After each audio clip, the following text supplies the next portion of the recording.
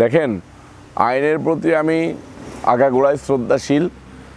যদিও দীর্ঘ 17 বছর যাবৎ শেখ হাসিনার স্বৈরাচারী সরকারের সময় আইন তার নিজস্ব গতিতে না চলতে পেরে স্বৈরাচারী সরকারের গতিতে চলেছে, সেখান থেকে আমরা 5 আগস্টে লড়াই সংগ্রামের মধ্য দিয়ে সেটাকে আমরা একটা প্রেক্ষাপটে নিয়ে এসেছি। এখন আমার মনে হয় যে আইনের প্রতি আমি শতভাগ শ্রদ্ধাশীল। এই কারণেই শ্রদ্ধাশীল যে দেশের মানুষ সর্বশেষ আইনের প্রতি দ্বারস্থ হবে। আমি এই বিতর্কিত নেতা যে বাজে মন্তব্য করেছেন, অসত্য তথ্য দিয়ে মানুষকে বিভ্রান্তির ভিতরে ফেলেছেন, সেটা আইনের মধ্য দিয়ে আমি সমাধান চাই। সেই কারণে আমি আইনের প্রতি শ্রদ্ধাশীল রেখেই আদালতে গিয়েছি। দেখেন, যারা এমন ভুল তথ্য দিয়ে মানুষকে বিভ্রান্তি করে, তাদের উদ্দেশ্যে আমার বার্তা হচ্ছে যে ভাই, আপনি বাংলাদেশের মানুষ, আমি বাংলাদেশের মানুষ, এই দেশটা আমাদের।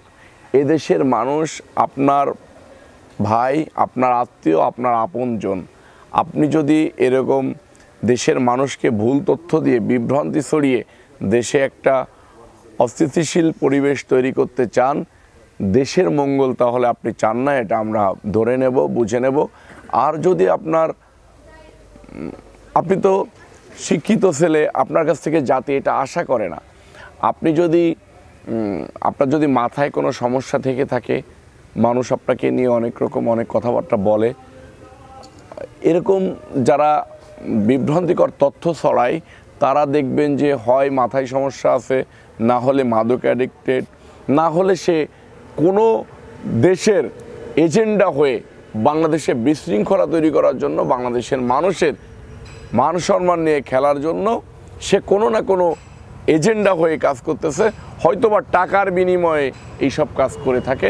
আমি তাদেরকে বলবো, এইসব অসৎ উদ্দেশ্য ছেড়ে সৎ উদ্দেশ্যে এসে বাংলাদেশের রাজনীতিকে এবং বাংলাদেশকে এগিয়ে নিয়ে যাওয়ার জন্য আমি তাদেরকে পরামর্শ দেব। ধন্যবাদ।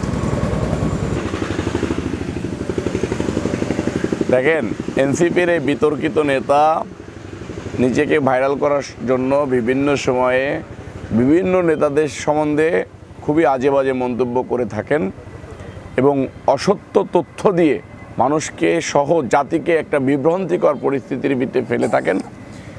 যে কারণে 2-3 দিন আগে তিনি আমাদের বিএনপি সারা বাংলাদেশের প্রার্থীদেরকে সহ আমাকে নিয়ে খুবই বাজে মন্তব্য করেছেন, যেটার মিনিমাম কোনো তথ্য তার কাছে নেই। এবং সারা বাংলাদেশে আমি রবিউল ইসলাম নয়ন বারবার বলেছি, অনেক গণমাধ্যমে বলেছি যে আমার জন্মের পর থেকে আমার নামে পলিটিক্যাল মামলা ছাড়া কোনো প্রকার কখনো মামলাও হয়নি, এবং কোনো মানুষ বলতে পারবে না যে রবিউল ইসলাম নয়ন চাঁদাবাজি তো অনেক দূরের কথা, কোনো ওয়েতে রবিউল ইসলাম নয়ন কাউকে ফাঁকি দিয়ে 2 পয়সা তার কাছ থেকে মেরে খেয়েছে। এরকম একটা পরিবেশের ভিতর দিয়ে আমি ফ্যামিলিগতভাবে, সামাজিকভাবে আমি প্রশ্নের সম্মুখীন হয়েছি, যে কারণে এনসিপির এই নেতার নামে আমার মামলা করতে বাধ্য হয়েছি। এই নেতাকে যদি না থামানো হয়, তাহলে বাংলাদেশে যে কোনো মুহূর্তে বিশৃঙ্খলা ঘটাই দিতে পারে সে। এইসব বাজে মন্তব্য দিয়ে সমাজে বিভ্রান্তিকর পরিস্থিতি সৃষ্টি করে একটা বিশৃঙ্খলা লাগিয়ে দেশকে আবার একটা গ্যাঞ্জাম ফ্যাসাদের রাষ্ট্রে পরিণত করতে চাচ্ছে এই নেতা। এই নেতার এই অসৎ উদ্দেশ্যকে বাধাগ্রস্ত করার জন্য এবং এই অসৎ উদ্দেশ্যকে প্রতিহত করার জন্যই আমার আদালতে যাওয়া। ধন্যবাদ।